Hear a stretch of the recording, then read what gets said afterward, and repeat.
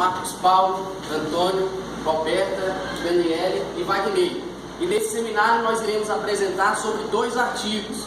O artigo 150, violação de domicílio, e artigo 151, violação de correspondência. Nas mãos dos senhores está uma síntese dos assuntos mais relevantes do que iremos falar neste seminário. Há também disponível um QR Code, onde os senhores posteriormente podem acessar o Mind Map, onde o nosso grupo preparou um esquema para vocês. E nós queremos deixar bem claro que o nosso intuito não é exaurir todos os assuntos referentes a esses 2 artigos, pois eles nos permitem uma complexidade, um aprofundamento muito grande, e nós não teríamos tempo para pôr fim nesse debate. Mas eu quero deixar bem claro aos senhores que, se algum de vocês tiverem dúvidas, por favor anotem, pois se o tempo nos permitir, será um prazer atender os senhores. De antemão, uma boa noite e uma boa apresentação para nós. Para falar sobre o artigo 150, nós temos que nos atentarmos, pois ele está registrado no artigo 5º da nossa Constituição Federal, exatamente no inciso 11. E a inviolabilidade de domicílio, a violação de domicílio, é algo celebrado desde 1824, na nossa primeira Constituição, quando ainda éramos uma monarquia sob a égide ainda de Dom Pedro I. Há momentos que o domicílio pode ser violado somente durante o dia, mas também há momentos que o domicílio pode ser violado tanto durante o dia quanto durante a noite. Para o domicílio ser violado durante o dia, é necessário de uma ordem judicial, ou seja, uma busca e apreensão, por exemplo. Agora, para violar este domicílio a qualquer momento do dia ou a qualquer hora da noite, são necessários 4 ocasiões. São requisitos que falarei de forma aleatória. O primeiro, com autorização do morador. Digo morador de fato, não precisa ser proprietário. Em segundo, em caso de desastre. Em terceiro, para prestar socorro. Em quarto, de flagrante delito. A nossa colega Daniele vai dar continuidade. Dando continuidade com o meu colega Gabriel estava expondo, eu vou falar sobre a objetividade jurídica do artigo 150. Entre os direitos às liberdades privadas está a da inviolabilidade da casa, ou seja, o direito da tranquilidade e a paz doméstica da vítima do morador. Em seguida eu vou falar sobre o sujeito ativo, que é qualquer pessoa que não seja morador ou habitante da casa, que pode cometer delito, pode ser até mesmo o proprietário do imóvel. No artigo 150 diz entrar e permanecer clandestinamente ou astuciosamente contra a vontade expressa ou tácita de quem tem direito em casa alheia ou em suas dependências, tira a pena detenção de 1 a 3 meses ou multa. Um exemplo, o ex-marido proíbe a esposa de levar um amigo ou um colega na casa, mas o STF entende que não há crime de entrada de outrem no lar com o consentimento da esposa. Deixar uma ressalva, não há violação de domicílio em casa abandonada ou temporariamente desabitada. Vou falar agora sobre o sujeito passivo, em qual tem o direito de admitir ou excluir alguém de sua casa. Para haver permanência, é necessário a entrada da casa que tenha sido lícita com a autorização do responsável ou alguém que esteja na casa com a permissão. Vou passar a palavra para o meu amigo Marcos para dar continuidade. Boa noite a todos. Nós temos aqui tipo objetivo as condutas típicas. Lá no caput do artigo 150, nós temos 2 núcleos verbais, que é o verbo entrar ou permanecer. A doutrina diz, através desse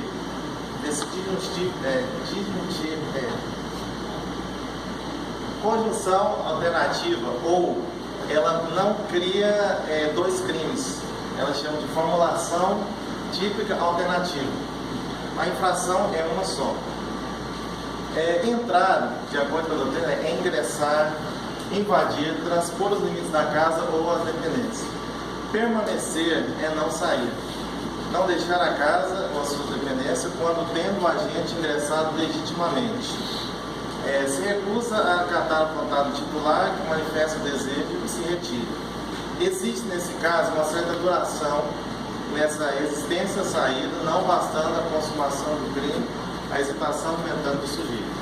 A entrada pode ser franca, mediante ameaça, violência, ou ela pode ser, e a permanência pode ser clandestina ou astuciosa. Presume-se o consentimento, o não consentimento do morador, sendo decisivo a sua vontade. É o querer contrário que transforma o crime a entrada ou permanência do estranho. No caso aqui da permanência clandestina ou tácita, pode também ser assim, uma pessoa que disfarça, vai prestar um serviço na casa dessa pessoa, às vezes um encanador, às vezes alguém vai estar no lugar, assim por diante. Bom, nós temos aqui no parágrafo 4 o conceito de casa. Vou ler aqui para vocês. No parágrafo 4 se diz: a expressão casa compreende, inciso 1, qualquer compartimento habitado. Inciso 2, aposento ocupado de habitação coletiva. Inciso 3, compartimento não aberto ao público, onde alguém exerce profissão ou atividade. Bom, a doutrina nos diz que essa referência é para não deixar dúvidas. Diferentemente do Código Civil, que quando a gente fala de casa, domicílio, tem outros conceitos no direito do Código Penal. O direito penal ele amplia para outros lugares. Tem aqui, a respeito da proteção de determinados compartimentos, como quarto de hotel, a cabine transatlântico, a barraca de cabista, etc. Compartimento não aberto ao público, onde alguém exerce profissão ou atividade, que é o escritório, eu ia falar com medo do médico, vou falar da gente, né?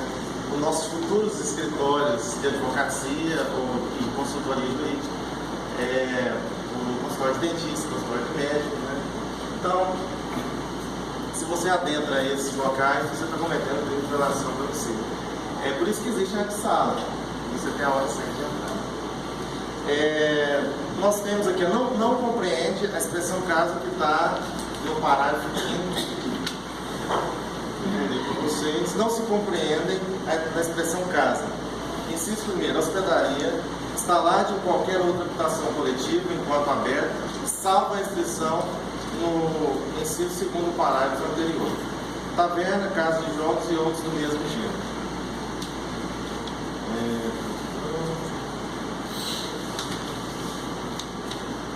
Bom, nós temos aqui o tipo subjetivo, que o dono ali tem a vontade de ingressar ou permanecer sem o consentimento de quem de direito.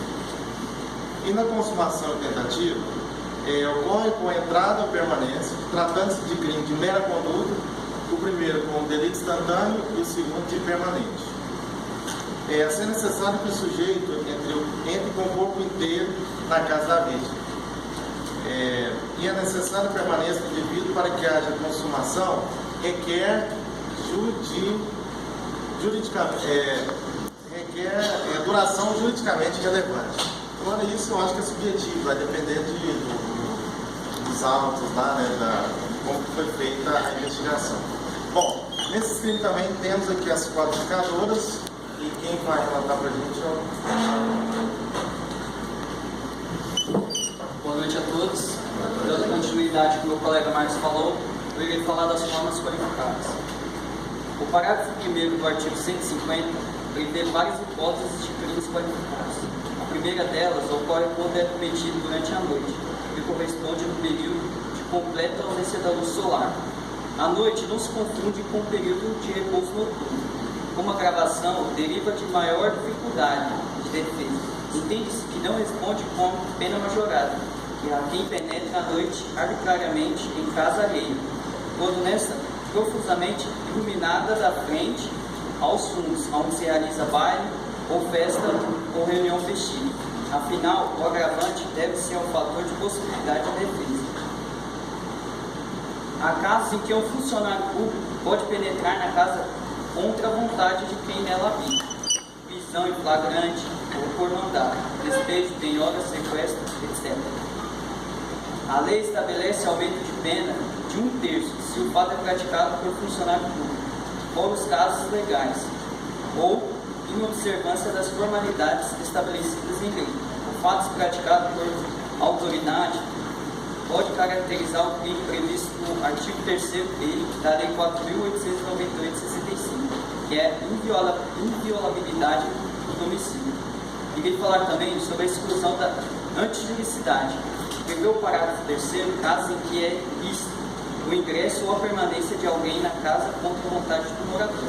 A primeira hipótese é a entrada ou a permanência durante o dia ou com observância das formalidades legais para efetuar prisão ou outra diligência. O inciso 2 permite a entrada na casa ou dependência a qualquer hora do dia ou da noite, quando algum crime está sendo praticado ou na iminência do seu. Há, no caso, legítima defesa de terceiro ou prisão em flagrante, por particular, e constitui exercício regular de direito. Irei passar agora para a minha colega Roberta, na visão do artigo. Boa noite a todos. Dando continuidade no artigo, nós temos concurso de crimes. Quando o agente ele comete o crime de violação de domicílio como meio para outro fim, nós temos o concurso de crimes. Hoje é entendido pelos tribunais, de acordo com o que a gente tem visto, que no concurso de crimes com a violação de domicílio, os crimes fins eles acabam absorvendo a violação de domicílio. Em casos específicos, como roubo, constrangimento ilegal, delitos sexuais, exercício arbitrário das próprias razões. Esse, por sinal, nós temos uma divisão de doutrinadores. A doutrina majoritária diz que não absorve por esse crime ele não ser tão grave como os que eu falei anteriormente, como de roubo, delitos sexuais. Já outra parte da doutrina diz que absorve sim. Então, cabe a nós, no momento, adotarmos conforme a melhor maneira. E é isso, sobre o concurso de crimes. E sobre o artigo 150, para a gente finalizar, é muito importante que a gente veja a importância não só do Código Penal, mas da Constituição, que isso é uma garantia da inviolabilidade do indivíduo, da garantia da liberdade individual, que está na nossa Constituição. Então é uma importância muito grande isso para nós. E o indivíduo tem o direito de viver livre, sem intromissão de estranhos em seu lar. E como meus colegas eles falaram, o lar não é só a nossa residência, é também o nosso trabalho, é também a casa de uma pessoa que a gente esteja passando um tempo. Lar é onde o indivíduo tem a sua liberdade e isso não pode ser ultrapassado. Então, nós possamos entender isso dessa forma, que o artigo 150, assim como a Constituição, quer garantir a nossa liberdade individual.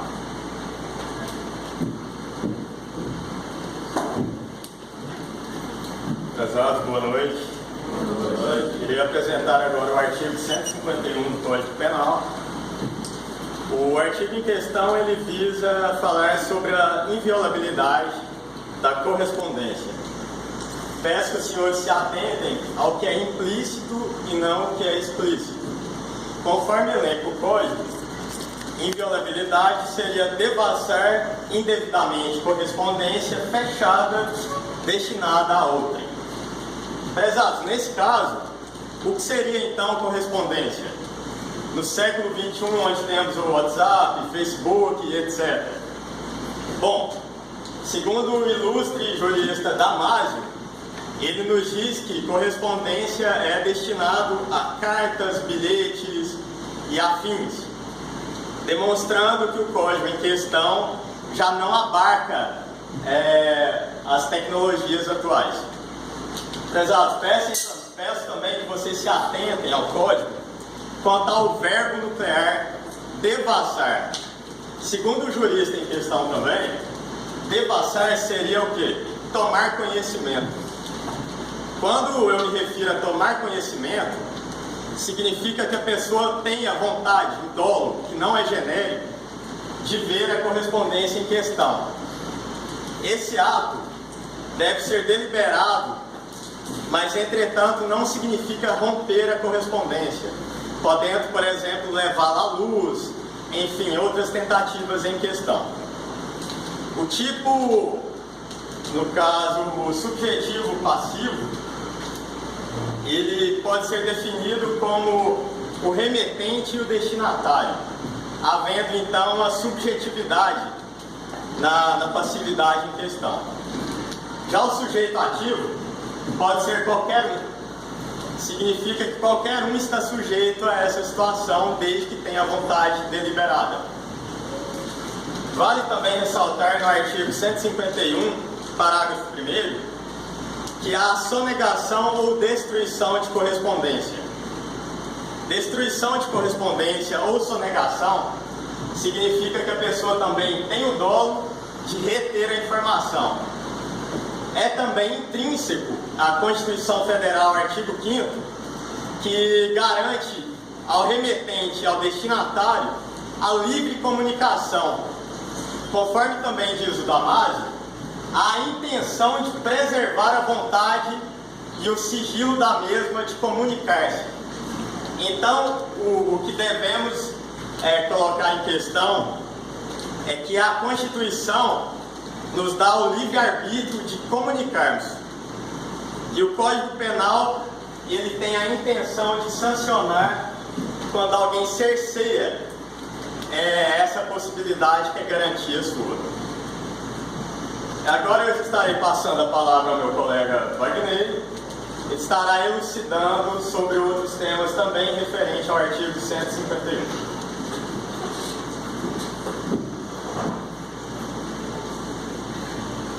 De lado aqui, porque a na pista.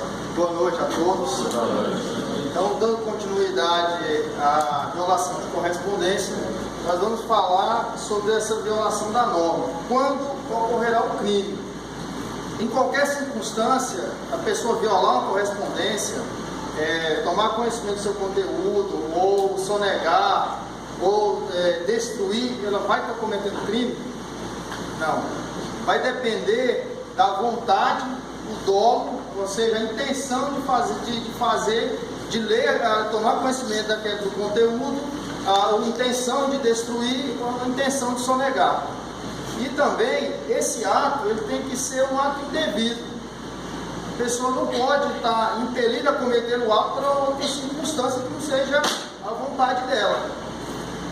E, segundo os doutrinadores, quando a pessoa comete uma violação de correspondência, no caso de necessidade, ou no estrito, no exercício regular do direito, ela não vai estar cometendo crime.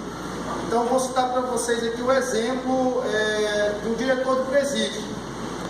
Ele tem que pegar as correspondências dos presos e ele tem o direito de tomar conhecimento. Por quê? Por causa da circunstância em que os presos estão.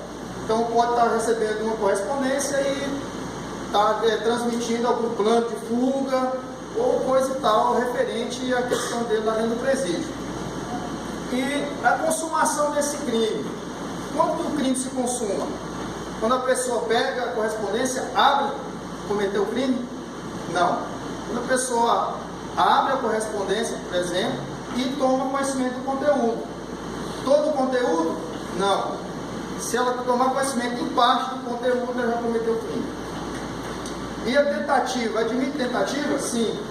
Quando é a tentativa? A pessoa abriu a correspondência, não chegou a ler, chegou alguém, era dono da correspondência ou outra pessoa, e impediu. Então, circunstância, a lei é a vontade do agente, então houve só tentativa, não houve consumação do crime. E concurso material, o concurso de crimes, pode ocorrer concurso de crimes. Quando? Se a pessoa, por exemplo, adentrar a casa de alguém e lá ela toma conhecimento da correspondência, abre e, além disso, ela leva a correspondência. Então, outros objetos, ela vai cometer furto e violação da correspondência. E a objetividade jurídica. Qual é o direito violado? O direito violado simplesmente é a liberdade de correspondência que nós temos. E, para finalizar, minha parte, a pena. Qual a pena para quem comete esse crime? Segundo a lei 6.538, de 78, a pena é de detenção, vai até 6 meses, ou multa. Então, ou seja, uma pena alternativa. E essa multa, ela vai até de 20 dias multa. E aumento de pena e qualificadora. Tem o caso de aumento de pena, quando, além da violação, o agente traz um prejuízo para a vítima. Então, aumenta a pena até a metade. Qualifica o crime quando o agente é uma pessoa que a carga dele é trabalho postal. Por exemplo, eu sou funcionário dos Correios, sou carteiro. Se eu cometer esse crime, o que vai acontecer comigo?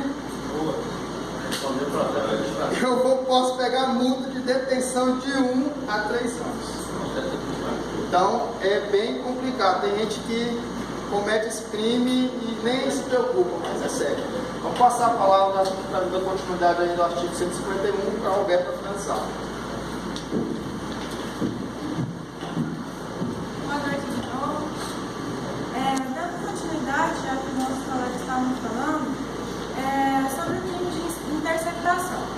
Consuma-se no momento da simples interceptação, não sendo mais necessário, como era na época do CP, a divulgação das informações. Constitui crime realizar interceptação de comunicação telefônica, de informática ou telemática, ou quebrar segredo de justiça, sem autorização judicial ou com objetivos não autorizados em lei. O crime de interceptação não se encontra mais descrito no artigo 152 do CP, conforme já citado. A Lei 9.296 de 96, com a seguinte redação: constitui crime realizar interceptação de comunicações telefônicas, de informática ou telemática, ou quebrar o segredo de justiça. Pena, reclusão de 2 ou a 4 anos e multa.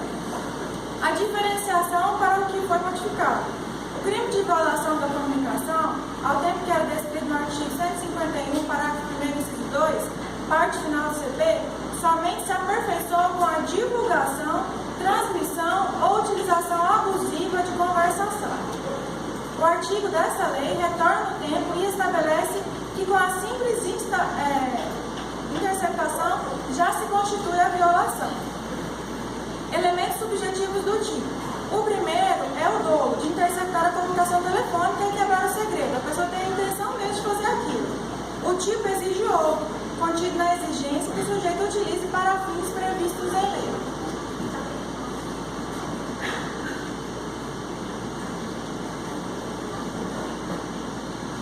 Desculpa, gente. O momento consumativo acontece no instante em que é feita a interceptação. Não precisa esperar acontecer alguma coisa ou gravar muito, é só isso mesmo.